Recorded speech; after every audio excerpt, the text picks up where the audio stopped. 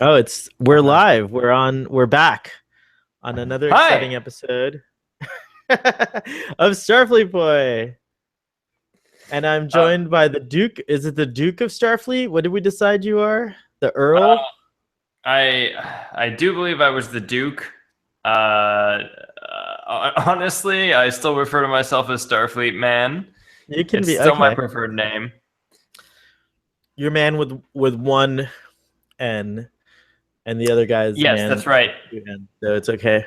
Oh, is there a man with two N's? Yeah, Mike I missed Mann, it. who's only been on once so far. I hope to have him on again. Oh, as in Michael Mann, like the famous filmmaker and creator of Miami Vice. I guess so. Are you having him on your podcast? That's excellent. Let him know I'm a fan. It's not the same guy, but yeah, I will. I will let him know. Excellent. How are So you? I'm good, Jamie.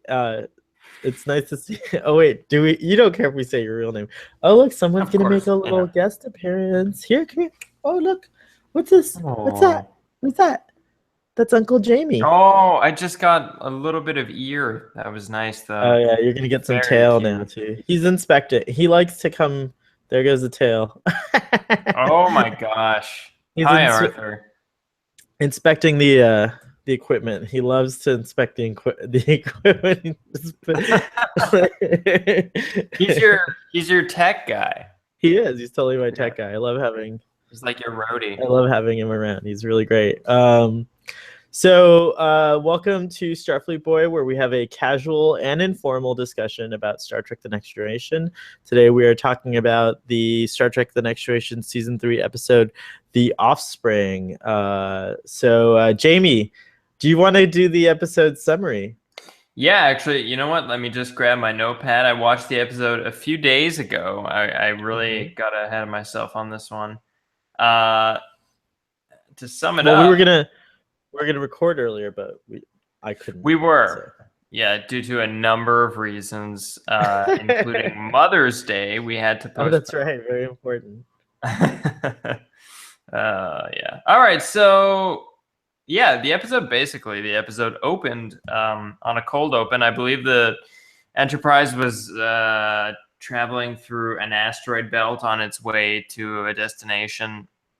I can't remember exactly what destination it was, but it's a cold open, and we find a few characters. I can't even remember which characters they are, but they walk into Data's lab. This is the important part. They walk into Data's lab, and Data's being a little bit weird. He asks them to step back out so he can finish what he's doing and then show them what he wants to show them. And so they do that.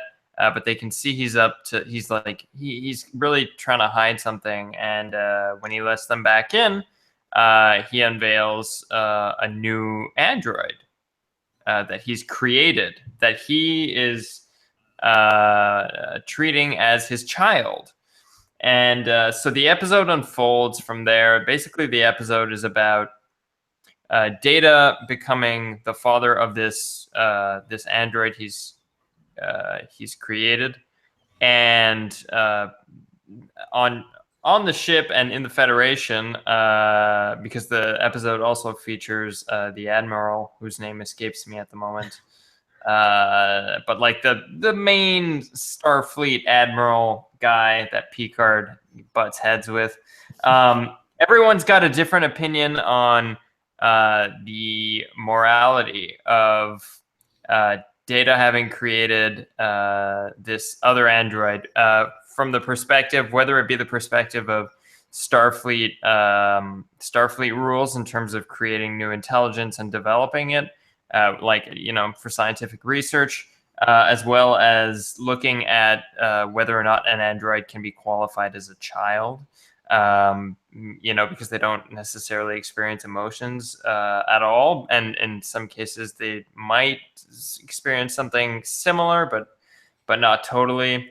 It deals with the, there's a big debate of over the rights of androids who are acknowledged as being sentient beings in this universe. And it sounds like Picard was like an advocate for their rights at one point. Yeah, it's a great episode. Um, You have to go back and watch. yeah, definitely. And so yeah, I mean, the episode kind of goes through, and then am I allowed to give away just how Oh yeah, everything? we're spoilery. No, Great. All yeah, right. no So worries. I mean, yeah, we are past the statute of limitations 20, on 30 spoilers some again. odd years, I guess. Yeah. So yeah, basically at the end of the episode, this android Lal, I believe was her name, who was Data's daughter. Yeah, it was a really really sad emotional ending. I actually watched the episode with my partner, Starfleet girl, who couldn't be here today. And I do believe, even though I didn't dare ask her about it, I do believe I heard her sniffling at the end of the episode. Oh. But basically, what happens is Lal is so sophisticated an android, she begins to experience emotions. She begins to experience fear, especially, and sadness, and a little bit of love. And at the end, these emotions are basically causing her systems to constantly shut down, and she just returns to like her like loading station, or like her resting station, where we first meet her in the episode. And Data realizes he's gonna basically have to kind of shut her down because of the emotional malfunction. The technology is not there yet; it can't handle it, and it just ends right before he's about to kind of pull the plug, so to speak, no pun intended, on the end on Lal. She tells Data that she loves him, and she kind of thanks him for being a father. And Data has a hard time responding to that, but it's got a real nice, heartwarming kind of feel to it. It's sad. I really felt for the character at the end, and and you can tell Data is completely changed by the experience. And he actually loads her memories into his brain. Yeah. And he that's like his way of experiencing love, almost, or at least this is how I interpreted it. He just kind of comes back to the ship, and you can tell everyone is is kind of tiptoeing around it, and because they're not sure how to treat it. And he basically just says, I can't be sad that I lost her, even though there is like a hole where Lal was, but her memories will always be with me. And I thought that was a beautiful ending to the episode. Nice. Very nice summary. Oh, thanks. Cool. We don't have anything else to talk about. That was great. No, I'm just kidding. It's our signing off, everyone. Wow. So obviously, I know you're excited about this episode because you really liked it. I loved it. I thought it was fantastic. Oh, For wow. me, yeah, I really think this episode epitomizes what makes The Next Generation the best Star Trek series, and just a show that stands the test of time. Good writing. Well, just I have to tell you, I don't know if any of this is like going to be super resonating with you, but this episode actually is like a very revered one in kind of like the Star Trek fan community. And then it's also, there's a couple of firsts here. It's the first episode written by a longtime Star Trek writer after this, Rene Echeverria. And he's got quite a few episodes of Next Generation, Deep Space Nine, Voyager, and maybe even Enterprise under his belt. And he's considered like part of this group of writers that really defined the Star Trek universe, if you will. Yeah, like world building, for I guess, or the lore. Is that the word? Yeah, and he's like, since after this season we're post Gene Roddenberry, so he's still connected to Gene Roddenberry in a very important way. So in many Right. ways, he's like a child of Roddenberry, if you will. Oh, so he's like the torchbearer The for torchbearer. But Gene. he, Ron Moore, Ira Stephen Bear, like there's a lot of people who are associated with the Star Trek franchise at this time that go on to carry that torch really well. It's also the first time Jonathan Frakes, who plays Commander Riker, directs, and so after this, he like directs quite a few episodes of Next Gen, and he also directs the two Next Gen movies. He directs Star Trek Insurrection and Star Trek First Contact, and I think he's there's a show called The Librarians that he created or he produces or something like that that's on right now Oh, on is that right? television. Yeah. That's interesting. Off the very top of the episode, they basically said Commander Riker was off. I can't remember. Let me see in my notes if I had the exact reason, but he was not on the ship. I just have a note that says Riker is away. And But did you wonder like do you why? know the reason? No, that well. Yeah. Well, I just thought. Sorry, I just thought. Like, oh, that's a strange. Like, he is definitely one of the most compelling characters. Like, and he really would have fit in quite well. Like, you could have probably substituted him in for another character in this story. Even like Picard's role, really. And look, I love Captain Picard, but I like he would have fit so well in this storyline.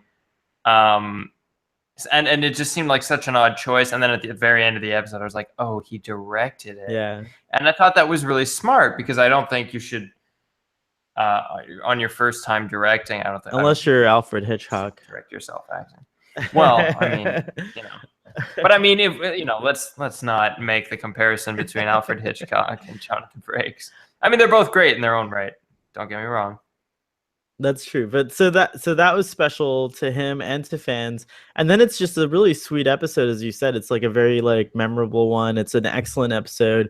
There's a lot of little things about this episode that when I did some I actually had some time this time to like read a little bit of backstory. And normally my friend Humbert the doctor does all the fact checking and all of that stuff, and I get to be just I am certainly not fact checking anything. So honestly, listeners, check us. Yeah. Oh no, that's expected, of course. And we're not always correct. Remember, this is a casual and informal discussion. Sometimes, where we don't get it right. Whoa, the light in my apartment at the moment is very interesting. And it's also so warm today. We had our first warm day. The temperature is 71.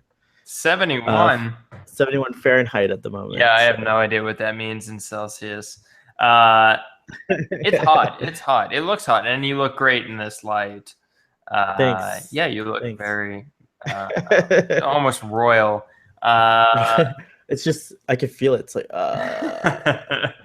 All right, yeah. So, what was your favorite? What were your thoughts on the episode? I mean, I kind of talked. Well, the first thing I noticed now, obviously, I didn't know this then when I first saw it. So I saw this episode when it aired, and then I have seen it again. Sorry, my cat sometimes will do things, so I just we'll watch it. But I saw it again when it was released on DVD, and then I think I've seen it a few other times. But this time I noticed, because of the internet, that Haley Todd, the actress who plays Lal, the Offspring, is Lizzie McGuire's mom. Are you serious? Yeah, that's Lizzie. That's Lizzie McGuire's mom. Shit. This is a true story, and this is totally not related. But when I was 12 years old, I was like in love with Lizzie McGuire. Like, I watched the show every single day, and I watched the movie. Yep. Gordo, if you're still out there and you're listening to this, what happened? What happened to you, Gordo? That's all I want to know. Wow. Wow. I'm just throwing that out there for any listeners who might also happen to be huge Lizzie McGuire fans. I'm sure they're out there. We got to see this cool set for the cybernetics lab. I like that, where he has Lal going up and down. Yeah, So that Yeah, was neat. that was really cool. I really like the special effect off the top of Data. I mean, so the episode opens, and we have 3 crew members. We had Counselor Troy, Wesley. Wesley, and Who's the third one? someone who is clearly less memorable. Uh, and they walk in, and Data's kind of like, "I'm not done. Step back out." And then he just puts a foot on a body, and he's like, "Okay, you guys can come back in now." I found that kind of funny, but it was a cool special effect to see him just like pop the foot on the android. Yeah, I mean, hold on, let me take a look at my. Oh, it's Jordy. Oh, there you go. I pulled it up on over Oh, here. awesome. So I had to know. Awesome. I couldn't. But then I guess he's not in the rest of the episode because I don't recall him having another He's scene. not. And actually, you were wrong. Jonathan Frakes is in the episode. He makes a guest appearance in 10 Forward. I don't know if you remember the scene now. He But, does show up. Yeah. Riker walks in. It's just one quick scene, but it's actually, speaking of humorous, really, I thought that was a really funny scene because she grabs him and kisses him, and at the same time Data walks in and he's like, "Commander, what are your intentions with my daughter?" And he's just like so confused. So he must have just gotten back from his that's what it was. That's why the gag was funny, is because he was away and he just got back. Which I love the way they use that that bar in the show. Is it, sorry, what's the proper name for it? It's called 10 Forward. So it's the 10 Forward Lounge. Yeah, and it's a great idea, and I'm surprised like that's not something that well, I guess you do have it in the new Star Trek reboots. There's a bar that Captain Kirk and Dr. McCoy are drinking at in one of the movies. And maybe it is, and maybe there are bars on ships in the original series. I just can't remember the instances at the moment. But yeah, it's an awesome idea. It's an awesome set. If I were on a starship that was on a mission to explore strange new worlds and new civilizations, I would love it if there was like a bar aboard my ship. Yeah, totally. And I thought the way the show and the writing used the bar to kind of explore different human relationships, especially kind of observing when was it Guinan or Guinan? Guinan and Lal are kind of observing flirting and kind of romance at the bar. I thought that was great. And also Whoopi Goldberg absolutely crushes it in a tiny kind of like, like not a tiny role. I mean, she was listed as a special guest star and she definitely stands out, but it's a testament to her acting ability that she didn't really have that many lines. I don't know what just happened. That was the dryer. I forgot I even had it on. Anyways, okay, I thought maybe a saw just went off in your apartment. Yeah, I thought it was a testament to her ability to act, that she didn't have that much dialogue, but her character felt so clear and felt so like I knew who her character was right away, and I thought she did a great job of like almost like being a reluctant mentor to Lal as a character, and I love that. I thought that was. I guess we should take this moment to remind the audience that so you're new to you know about Star Trek from your childhood, but you're pretty new to the Star Trek The Next Generation, right? Like you didn't really watch it. Yeah, before. I've watched it here and there as episodes come up. I used to watch it in syndication, but I've never watched it sequentially. I haven't seen all the episodes, that's for sure.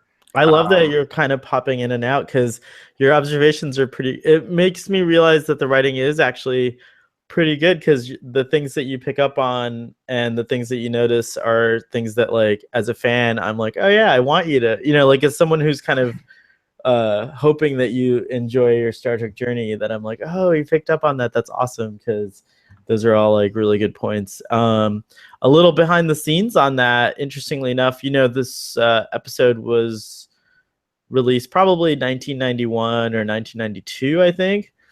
And Right. got Whoopi, the original line was something like, Lal was like looking around the bar, and they were having this conversation about sexuality and flirting and everything, and like there was some kind of original line about like how when a man and a woman have feelings for each other, yada yada yada, and Yeah. she changed it to when two people have feelings about each other, and then she actually even wanted it so that there was a same-sex couple. They were shooting Yeah. scenes of the bar, but unfortunately, while she and the director, obviously, and the people on the set kind of agreed on it, someone did not agree and called like David Livingston, who's one of the producers, and he came down and was like, no, no, no, no Oh same-sex couples. man, that So yeah, sucks. it's an interesting time though, where obviously Star Trek, she's right. Like in the future, no, Yeah. it's like no one's gonna give a shit about that, and you can Of just tell course. that about the future. Period. Yeah. Like even when we think of the future, we're like, gosh, it's gonna be so much better for that next generation. Blah blah blah. Yeah. Because it's so much better for our generation compared to the previous generation. So let's just hope it keeps going that way despite some setbacks. But I definitely agree. I actually think this episode did a great job with that on the whole, and I thought they did in ways that were subtle but effective because they still landed with me. Like almost 30 years later, and there was one moment in particular that really stood out to me that I wanted to bring up, which was Data giving Lal the choice to choose her gender and her appearance. right. Obviously, I say her now because she chose a human female. But I thought it was a really interesting stance to take on gender politics in the future. That feels especially relevant today, and I mean, it happens to fall in line with my ideas on it, which are admittedly pretty left leaning. But I thought it was really cool to see that the show kind of had that vision for the future, and that is something that really has, come to be for the most part accepted, if not at least fought for now as a human right, is the ability to choose how you identify. And it was really cool to see the show have that because it would have been easy for Data to just have Data off the top of the episode make a boy or a girl. But it was really, really cool to see them kind of go through. There were a number of life forms that Lau was considering adopting as an identity and experiencing each one, and then getting to make the choice, and neither one being considered, better than the other. I thought that was really cool, and I thought there's no way they just put that in without at least kind of in the back of their minds knowing that this is kind of touching on that topic a little bit. And I thought that was Yeah. really, really cool to see. That actually got me out of my seat a little bit for like a second. I Well, just thought it was so cool. it is super cool, and like so smart too, because yeah, like if you're building an Android, you don't if you're assuming that it's kind of an amazing thing because you're bringing like a mind, well, more than that, a being into existence. And in unlike a human being, we're born with whatever happens genetically on In the that end. womb. It's like, Yeah. so we're born, and then if we don't feel quite right, we have now an opportunity to change that. That has not always been the case, and it's kind of extraordinary in and Yep. of itself that like we do live in a time where science and medicine can aid someone to be the person that they feel that they are inside, and I think that's pretty cool. Yeah. But in this case, it's kind of, as you said, beautifully illustrated, because like you have this weird kind of gender neutral, uh even the facial expressions aren't even defined yet, Yeah. and it's walking around, and like you're like, yeah, of course Data's like so thoughtful and so like logical and so, just he wouldn't, of course he wouldn't assign things that Lal would want to choose for Exactly. herself. So that was really really cool. Great Yeah. writing as well, and also, you know, somehow awesomely connected to our times now, 30 years later. And that's exactly one of the things. It's little details like that that make me watch an episode like this and say this is a standout for the series, where it really is a show you can put on, and it was so concerned. It was so focused on whatever like philosophical debate the episode happened to touch on, that and it was so unafraid to go in and explore different aspects of different debates, whether it be in the main theme of the episode or the sub theme, that I think it's what gives the show the ability to age well, because it was touching not just on mainstream debates, but on kind of what I was very young at the time this came out, but what maybe talks that weren't being had as much in the mainstream, that were still simmering up to the surface. But I think the fact that they explored all kinds of topics, and were not afraid to do so, really has allowed it to age well, because it still feels relevant. Some of these are universal themes, and I think um, they were able to identify universal themes in sci-fi topics, and that really just allows it to stay relevant as a television show. Um, I and was that really blew my mind. Yeah, and I was surprised at how much they were able to like pack into a 45-minute episode as well. I mean, not only do we have Data's story of how he decides to parent, to become a parent, and then even, and then he's faced with like kind of a challenge. Captain Picard is kind of questioning, why wasn't I informed of this decision, Yeah, and like, and then later with the Admiral representing kind of Starfleet research or whatever, yeah, cybernetics, who then disacknowledges like his right to even raise Lal, and says that it might be, a hindrance to Lal's development if Data raises her, and that's like surprising to Data. Like he alone has to go through this journey of like facing up to all these kind of uh adversarial situations. And yeah, then but then you also have the story of how Lal basically develops. So you start out with this like very robotic being, and then when she finally is given her likeness and her gender, etc., and then her sense of smell and all these other sense of touch starts to awaken, and there's that beautiful scene where he like kind of is showing her, like it's a montage, and then he's like talking, he's giving some kind of like update, a status report on Lal.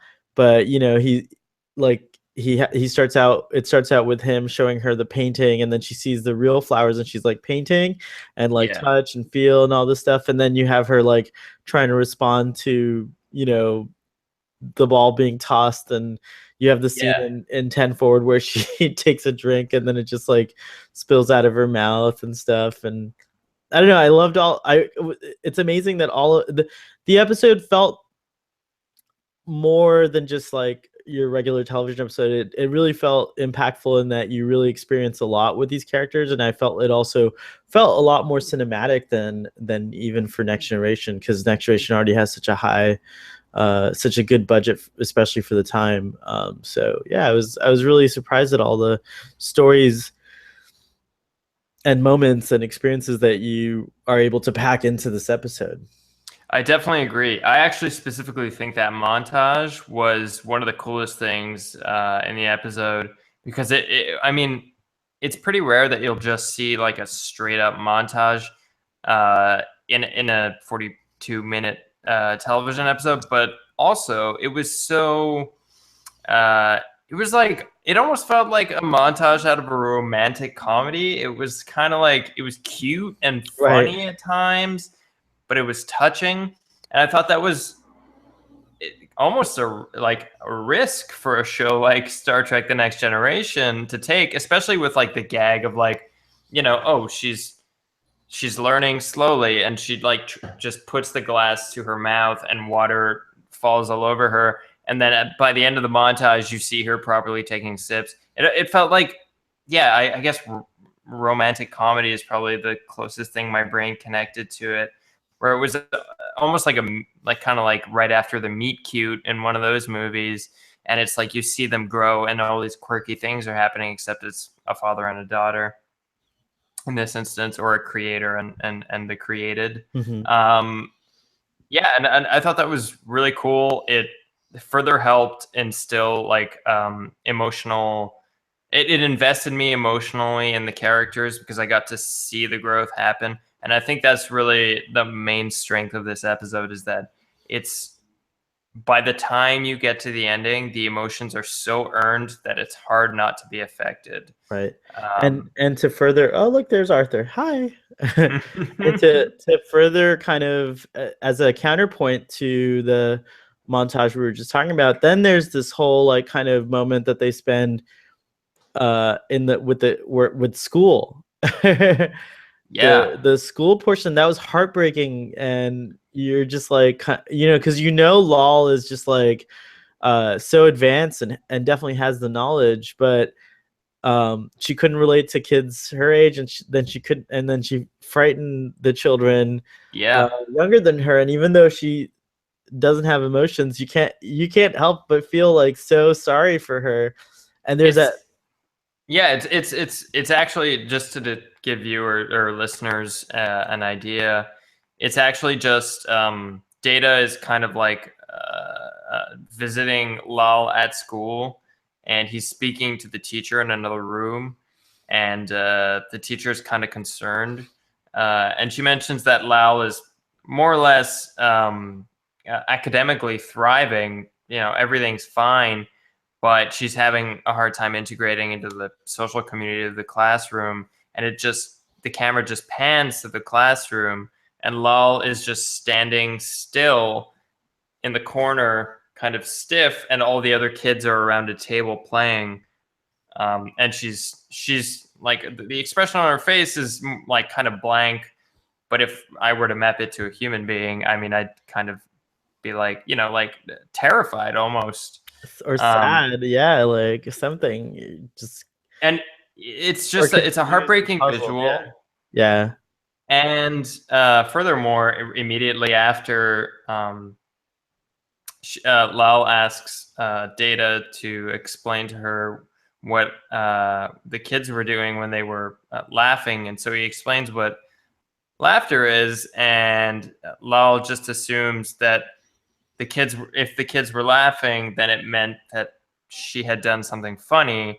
And then Data has to explain the difference between laughing with her and laughing at her. Yeah, it's true. And that was really hard to watch. And I think, I think that's kind of like when you start to see where the episode's gonna go. And I think it's also when the character of Lal slowly starts to change, and her circuits like begin to kind of override and maybe create, or it like plants the seeds for her eventual ability to process emotion.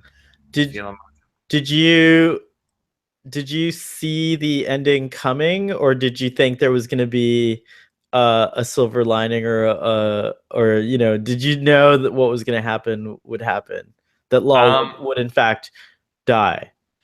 I had a sneaking suspicion for a couple of reasons. I mean, the rational part of my brain is like, well, I know she's not a recurring character in the series. Right, that's true. But from a strictly like emotional and episode only point of view, I wasn't sure. I thought maybe they would kind of like go halfway and maybe kind of send her off for development somewhere. I wasn't totally sure. Like I knew it could. Yeah, I knew it. Sorry, I knew it wouldn't be a totally happy ending. but I was hoping it might be a little bit happier than it was, but that was for selfish reasons. It could have Sorry. gone that way where no, it could have gone where Data you get excited me because you're right. There's an alternate ending there, which is Data could have realized maybe he's not, like some kind of like downer thing where he realizes maybe he's not capable of parenting, and so he hands her over to Starfleet Yeah. Command. But I think the writers were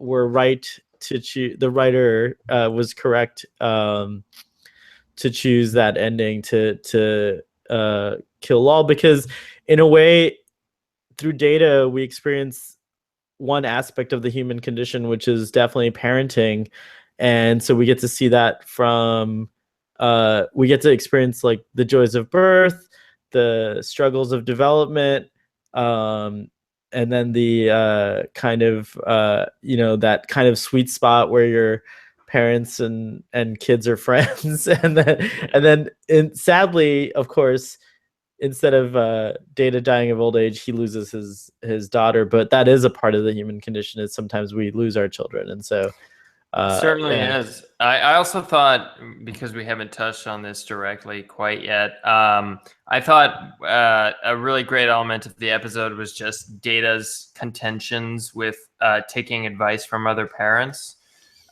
specifically the Admiral, who seems to disagree strongly with Data's choice to create the android without advising Starfleet, and to help or kind of foster its development himself. And Data has a few really good lines there about how the Admiral probably wouldn't let someone take his kid away from him, so why should he? And that perhaps Data is not perfectly equipped to be a parent, which obviously is the first argument that's tossed at him.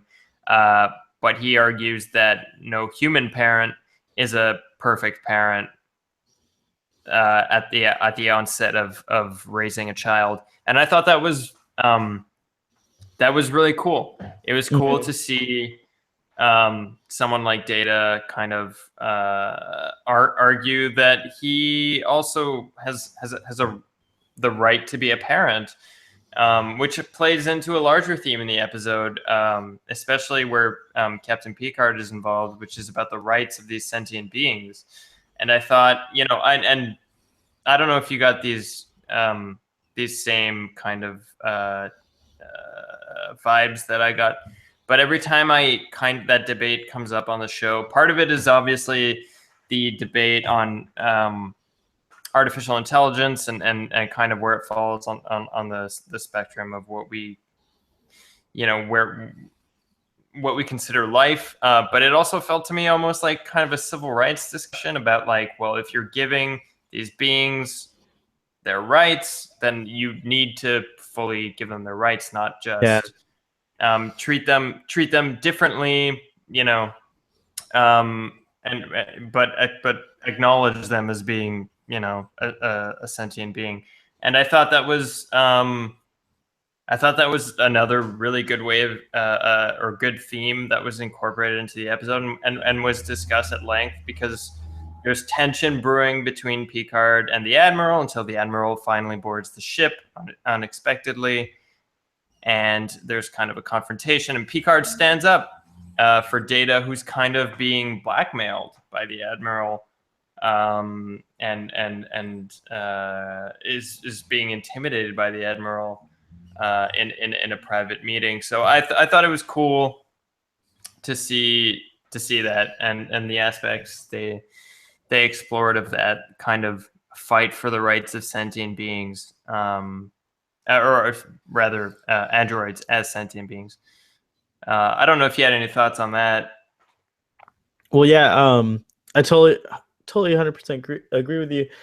And it just begs the question also, like, as we as a society we're venturing more and more into the world of artificial intelligence. At some point, when that intelligence becomes actual intelligence, right? Like when it starts to respond and think for itself, and it has needs and desires and wishes, what are we going to do at that point as humans? Are we going to just do what we always do whenever we you know encounter something that we don't understand and fear it, or are we going to transcend that fear and help that intelligence also be a life form in some way, and I think that's what it boils down to, is some of the people in this episode don't acknowledge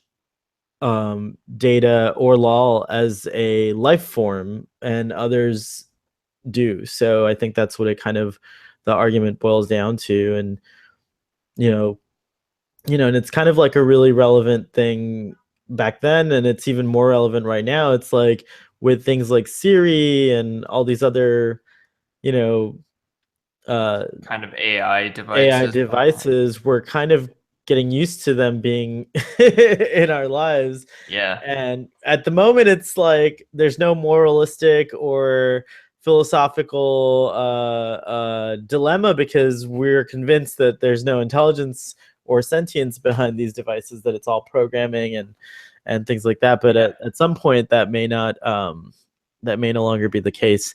I did like you said in the beginning that he was going around seeking kind of the parenting. I like that scene a lot where he's with Dr. Crusher, and he says something to the effect of like, I can give Lal attention and whatever, but I can't give her love. And she's like, now why don't I believe that? Because it's true. He's very like loving, if from what I could tell, in his actions. And so maybe there's love, maybe love transcends, maybe why love is so amazing is because it kind of transcends just an emotional thing. Love is like a thing that's kind of like all encompassing, and you feel it. You don't know why you feel it, or you don't know how it is that you feel it, but it's something more than an emotion. I definitely agree. And I think Data is such an interesting character because every time Data's probably my favorite character, full disclosure, on the show, cool. Which I think is a pretty popular opinion. But yeah, I always feel with Data, what's so great is that the character is so committed to being logical, but you always get the hint in everything that he does that right beneath that logic is the beginning of android emotion. And yeah, I think it's perfectly summarized in that line from Dr. Crusher, which is just like, you clearly do love her, but you more or less, the logical part of your brain is telling you can't do that. Right. And so, yeah, I mean, any episode with Data that involves him questioning anything is great, because it usually teeters on they really walk that line really nicely of him being a totally logical being, but almost being flawed to the point where he can experience emotion. I think it's interesting that just when the episode is coming to a head in terms of like the conflict between Data and the Admiral, and Picard just starts to intervene at that moment, is when we have the crisis of Lal experiencing emotions and then having to go back to her charging post, or whatever you want to call it, and then I do like that the Admiral puts aside his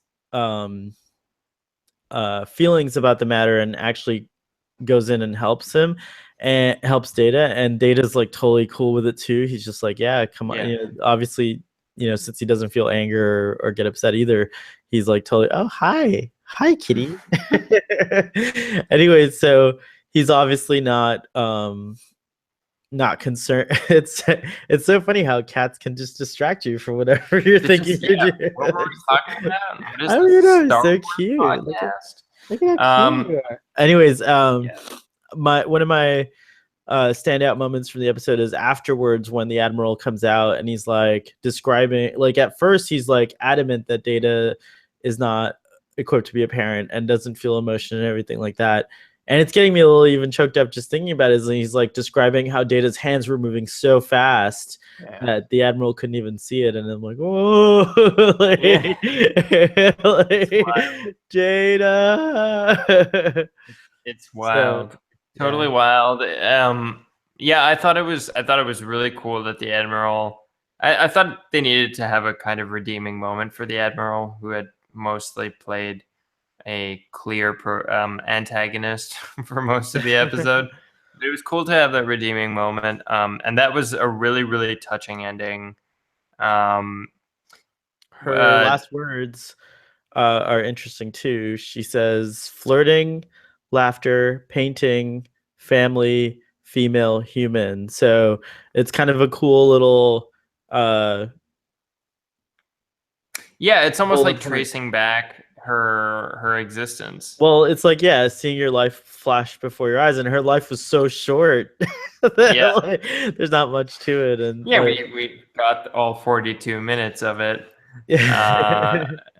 yeah, it was really cool to see that. What's funny about the whole storyline with the Admiral and Data too was that it was really interesting because there's like this element of it where it's almost like the Admiral is like um he he's basically like some kind of child services he's employee. He's basically um coming to assess the situation of like this family and deem it unfit so that they can raise the child the way they want to. Now, you know, in allegorical terms, in the terms of the story, it's for scientific research as well. But I thought it was really interesting, and this is kind of why this episode blew my mind, was because it just felt like it was touching. It just felt like there were so many allegories in the themes. So where they wanted to kind of bring Lal over to a Starfleet, to another Starfleet ship to make sure she developed properly, it kind of reminded me of this like god awful system that existed in Canada where I reside for many many centuries, which was very controversial and honestly it's awful. It's a terrible thing, but um, Wow. basically our indigenous children here would be removed from their families at a young age by the government and brought to Catholic Oh homes man. and raised Catholic to assimilate the population. And believe it or not, this was happening until the early 90s here. Um, What? yeah, it's that recent, and it was Wow. and basically, and it's one of the honestly, it's one of the most shameful and awful and destructive things that has ever happened in this country. Happened for a long time, and many issues have arisen from it long term. But that thread of the plot in this episode really touched me because it was so reminiscent of that kind of style of assimilating. It was basically saying it's not safe for androids to grow up around themselves. They need to be separated. They need to be raised around Assimilate, like he like taught to be basically human. humans. And that was I Because mean, there, it's crazy. no, you're absolutely right, and they touch on that in the episode where he even Data even says Lal is starting to uh she's no like he's teaching her not to be so much of an android. Remember when he's teaching her to blink, Yeah, things like that. So even Data has that. I definitely. love that. Reminds me of how when that moment kind of comes to a head, Captain Picard's line, I wrote it down, which is, um, "There are times, sir, when men of good conscience cannot blindly follow orders. You acknowledge there's oh, kiddo, you okay?" Oh my He's gosh, trying to hop. He we're was just trying. Did you see that? He was trying to hop up on the. You yeah didn't like for Captain every Picard's. yeah for everyone listening at home. We just had a serious cat accident. No, he's Uh, fine. He just hopped up and didn't make it. Here, let me clear a little. I'm gonna clear a little area for him. Poor thing. Uh, speaking of, you wow. okay? Okay. Anyways, so he says, there are times, sir, when men of good conscience cannot blindly follow orders. You acknowledge their sentience, but ignore their personal liberties and freedom. Order a man to turn his child over to the state, not while I'm his captain. And so that's basically kind of I'm sure there are stories like this in what you told me about Hmm. Canada's history with the indigenous people, where people probably did have the sense to refuse these awful orders, but for the most part, unfortunately, as you just said, it was happening. And it's nice that in Star Trek, it so far, at least Captain Picard has never allowed something horrible like that to happen to any member of his crew. And that's why so this is another thing. It's like watching Star Trek.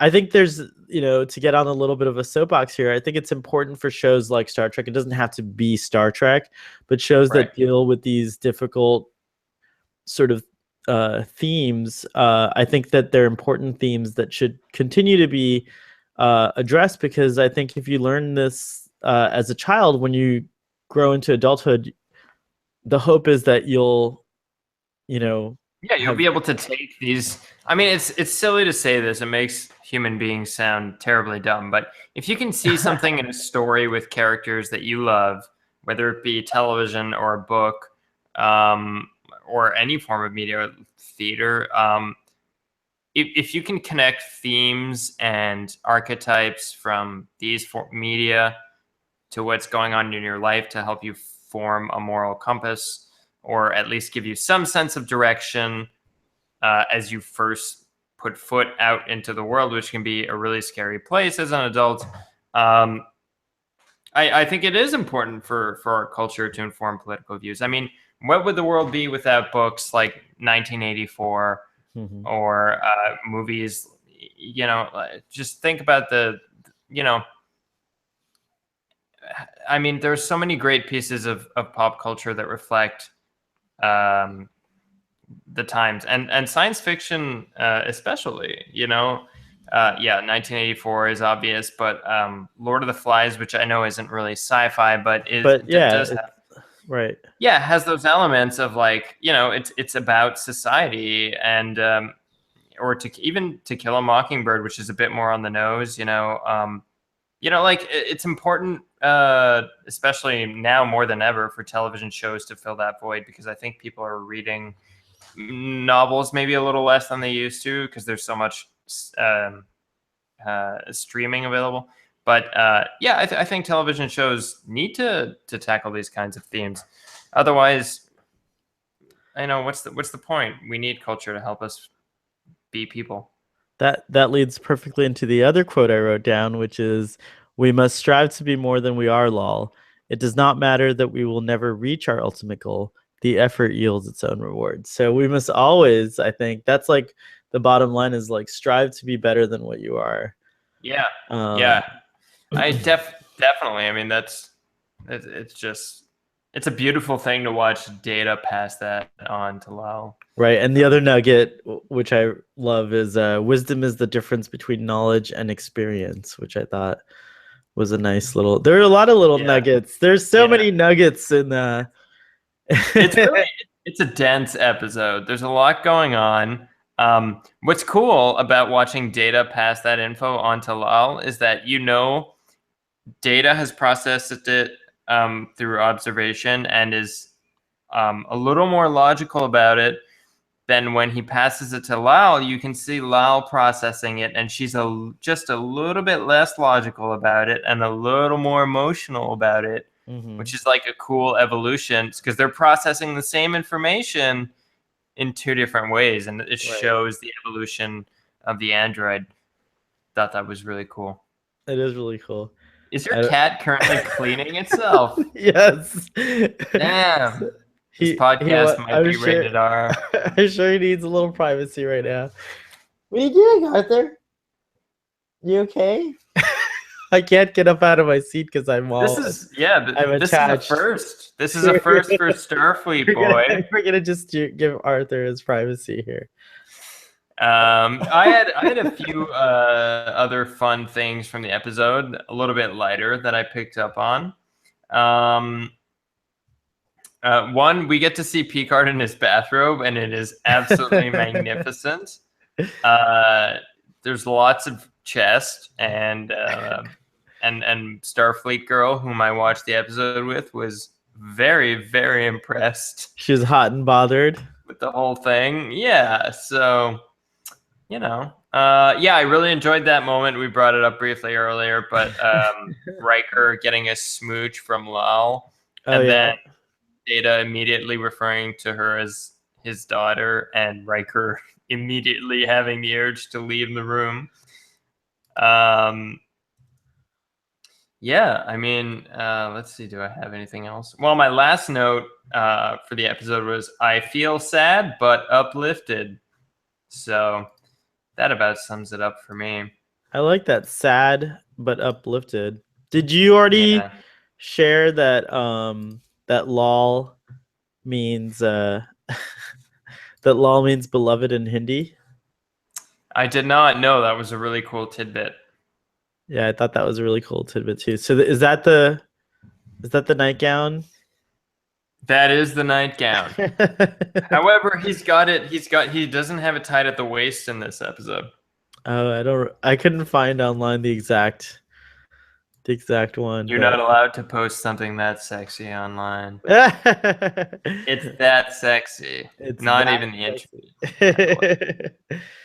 um I think that covers it for me. There's just one cool thing that like I have to state as a fan is that in the beginning or in the scene where the admiral arrives, you get to see an older style starship and Yes. from the next generation version, which is the Excelsior class starship. And at the time of this episode's airing, and actually this interestingly enough is kind of like something that you know was unique to Star Trek: The Next Generation. Star Trek: The Next Generation took the leap forward and went 80 years after Kirk and Spock. And so it was like everything was brand new and everything was just like unknown, etc. But the cool thing is the original series films were still running at this time. I think around this time we have Star Trek 4, and then next season is like Star Trek 5, and then Star Trek 6 also is during the run of the Next Generation. Um, so you had simultaneously the original series crew still doing their thing, and then you had the Next Generation crew doing their thing, and they were both accepted really well. Not in the beginning, obviously, but later on. And now we're kind of in this interesting situation with Star Trek Discovery coming out because there's a big debate now about how it seems like it's gonna just erase a lot uh, of the Canon? or the style. At least visually, it looks like nothing. It doesn't look anything like Star Trek of the era that it takes place in. I So could agree. they chose to go 10 years before Kirk, Spock, and McCoy, but obviously, so that audiences will adopt it better, the production value is by modern style and modern standards, and so it doesn't even really reference from the trailer, from what I could tell, it doesn't even really reference the original series much, except for the iconic Of course. Yeah. insignia, and that's about as much that I could tell in the trailer that was very Star Trek I mean, from that honestly, era. I arguably it might be more expensive at this point to make a show look retro, but I would have loved to have seen that. Well, Um, I think that like you can't make everyone happy all of the time. I know that, but I think you would have made a lot of people more happy had you just set the show another 80 years in the future. I mean, the show yeah, looks like, from what I saw in the trailer, had they said, "Oh, this is like 50 years after Star Trek: The Next Generation," I would have been like, "That looks like that's true. Like it totally yeah. looks plausible." So that's my only beef with it. I'm cautiously optimistic and, waiting to see when it finally airs, like, is the story going to be good? I'm very intrigued by the characters. All the actors associated with it are pretty cool. Yeah. So yeah, I'm I still yeah, holding I out a little hope, but not not impressed at this it point. looks like a really, really okay Space Channel show, unfortunately. And that's look, I've watched a lot of Space Channel. I was just hoping for more. I'm ready to watch a show that's gonna be a little more next generation and a little less the Star Trek movies. And I get the feeling this series is going to be more like the Star Trek movies. It looks like they are going to be more concerned with action. Now, I understand that there's a line in the trailer that explicitly says our job is, it's something along the lines of, our job is not to fire right away, like is to withhold fire as long as possible. Starfleet never fires first. That's the whole right. The whole thing. It just feels like in previous episodes or in previous series, it's like, we don't fire first. Most episodes, we don't fire at all, America. Right. Wink. But then it just feels like this show is going to be like, every episode will be like, we don't fire first. One missile is launched, and then it's like, okay, now let's do it. The producers, let's have a war, yeah. Yeah. Look, fingers crossed. Hopefully it's great. Hopefully that cheesy CGI is just a bad side effect of a great show. But knowing what I do about it and about its production thus far, I'm a bit concerned. Luckily for me, sorry, go ahead. Yeah, luckily for you, you get it on Netflix. No. Oh. Canada is the only country in the world which is not getting it on Netflix. Oh, shit. And we're getting, and the like trade-off to that is we're getting every other Star Trek series on Netflix. Oh. But I feel like every other country already has that, so I'm not sure. We definitely do. Yeah, I don't know why that is supposed to make me feel better. I will definitely watch it when it comes out. How will you watch it in Canada? Just out of curiosity. Through means I can't disclose on a public forum.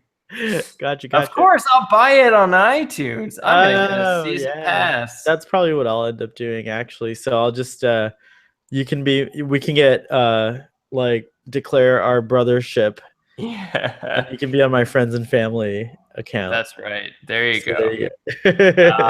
But I will find a way to watch it. I definitely want to check it out and give it a chance. I like the fact that they have a female captain. I mean, it might be kind of corny of me to say that, but I think it's cool. I think it's a good decision. The cast just seem suited to the task of leading a show like Star Trek. It's just a question of having the right writing and the right production. We'll have to wait and see.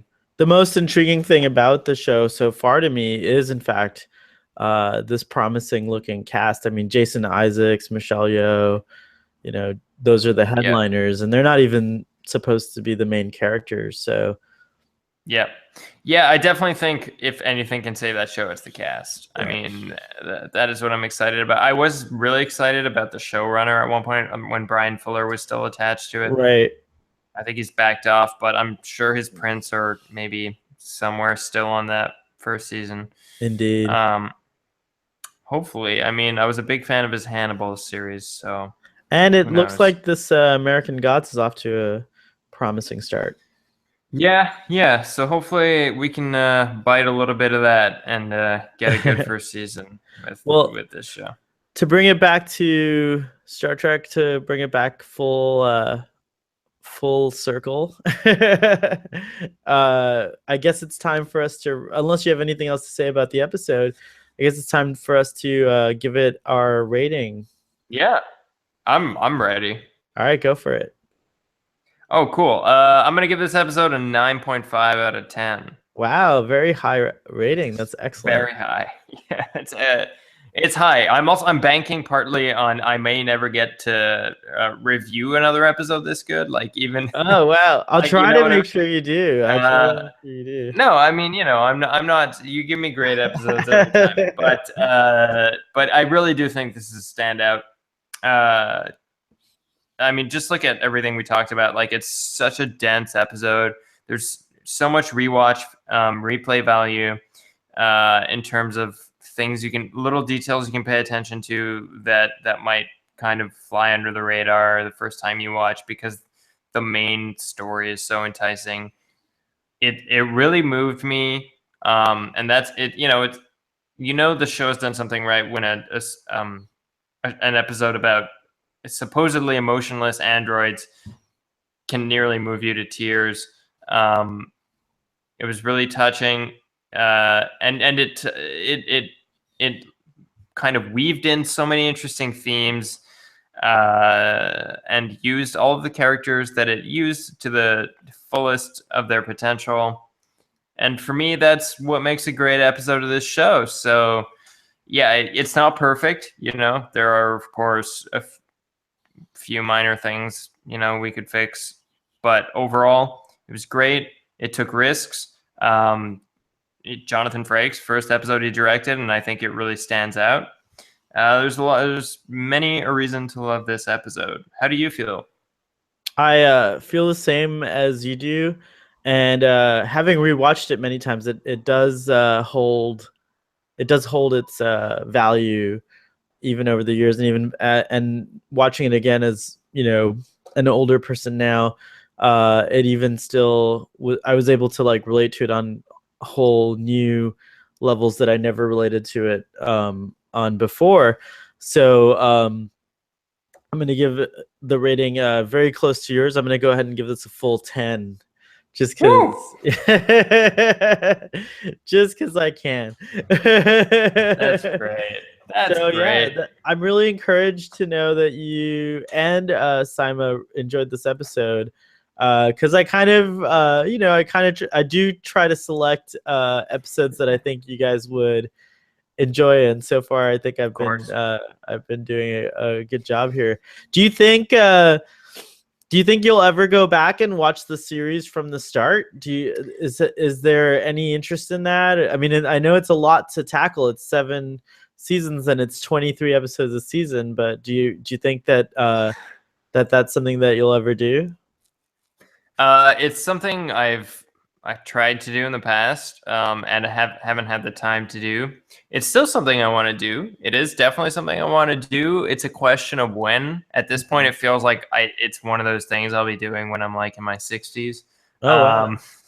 Unless I come to Canada somehow, in case we have to flee our country here in the United States because of some horrible situation.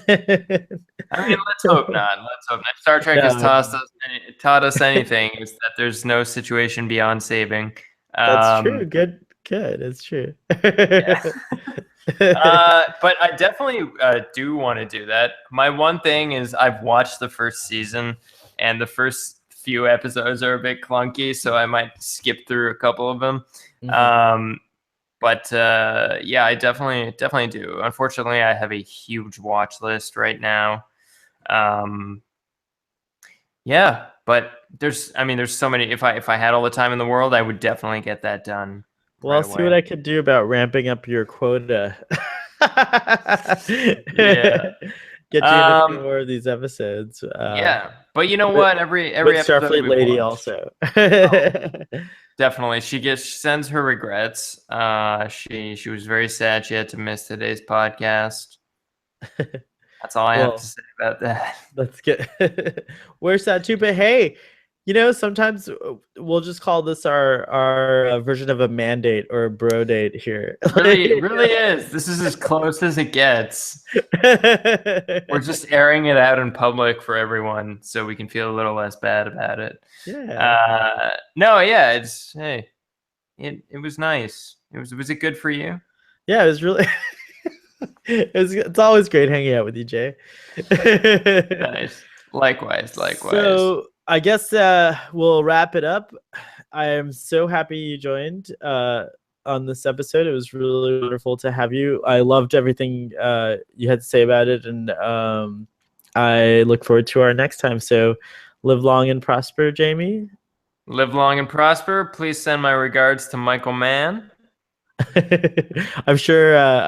Well, hopefully he'll be listening and he hears this. But otherwise, by the way, a quick little plug before we go. Of course, you can write to us and tell us what you think. You can either comment below if you're watching the YouTube feed, or you could write to starfleetboy@gmail.com. Jamie is at brain doo on brain doo on Twitter, and it's spelled how you might imagine. And also we had a very fun episode recently on Drunk Space Nine that was about was with the Twin Peaks podcast called "There Will Be Drinking Twin Peaks." So that's something that I want to say go over and check out if you like the Drunk Space Nine. Do you That listen to sounds dope. do you listen to Drunk Space Nine? I listen here and there. Uh, I eavesdrop. are you gonna watch the new Twin Peaks, which airs tonight, by the way, in Guess the what? United Twin States? Peaks is another show that I need to watch. It's on, Ah, so I will not be tuning in immediately, but I bumped it up in terms of priority just because I like to be part of the conversation. well, yeah, I think Uh, it's a good conversation to be a part of. It's like a pretty it's a cool thing. yeah, it's great. I've seen a few episodes. I got to get through it all, which probably won't happen until this new batch of episodes is done. But one can hope. So we'll see. All right. Well, again, nice talking to you. But I hear dogs barking outside. My cat's pretty chill though, so that's cool. You just live in a petting zoo I now. know it's something weird. Anyways, see you next time.